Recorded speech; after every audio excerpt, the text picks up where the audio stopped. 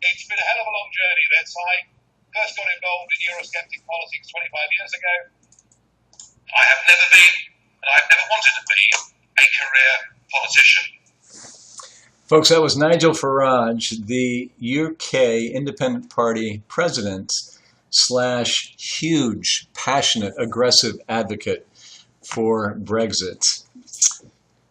Winning his first election 25 years ago, and he never wanted to be a career politician. Wow, he sure did not get what he wanted out of life now, did he?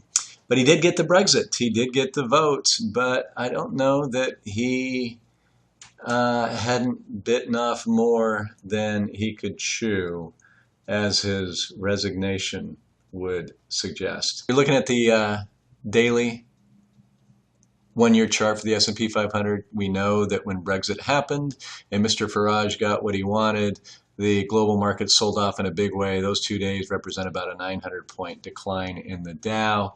The subsequent bounce brought it virtually all the way back to where we were before Brexit. Traded down a bit today. You can see that with the notch to the right, about half of the trading range. So the market came back. This is the S&P. Dow was down about a little over 100 points on the day. Folks, the Brexit, clearly, as you can see, it rattled the nerves of Mr. Farage, someone who really, really wanted it. So you can only imagine that it is rattling the nerves of market participants, at least short-term traders and so on. Italian banks are another issue over there that we're going to need to be talking about, I think, going forward. And that would be how they get themselves recapitalized and stay within the confines of the rules of the European Union. So that's creating some uncertainty there as well. The pound got pounded again today. The U.S. dollar and U.S. Treasuries got bought aggressively. We're now sitting on Treasury yields lower than I think they've ever been. Question is that a harbinger of a terribly weak global economy or U.S. economy, or is it simply flight to quality money leaving places like the U.K.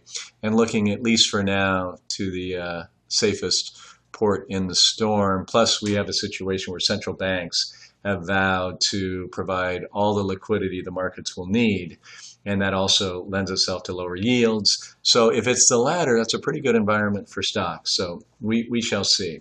I've suggested lately that things like market breadth are showing me better signals. In fact, let me just bring that in. Here's the advanced decline line for the S&P.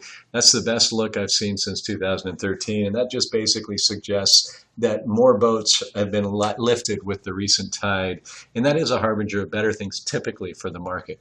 The sentiment has been relatively weak, and that's usually a good thing because it means there's money to buy stocks when some of this dust settles.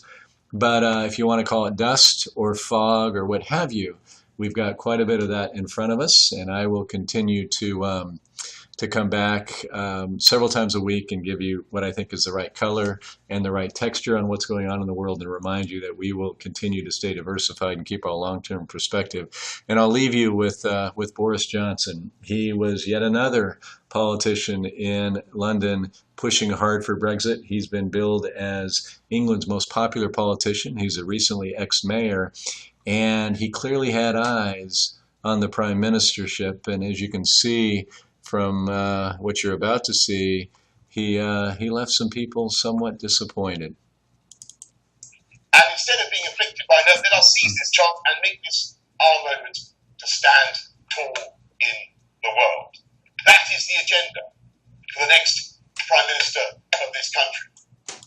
That having consulted colleagues and in view of the circumstances in Parliament, I have concluded that person cannot be me. My role will be to give every possible support. Well, Mr. Johnson and Mr. Farage, I guess you folks have learned to be careful what you ask for. And sometimes when you get what you want, that's when the real work begins. And clearly, folks, these gentlemen have decided to move on to other pastures and leave the dirty work to other people, which means I think that we'll ultimately get a result that at least it'll look in the markets like it works for all parties considered, and that's going to take a while to unfold.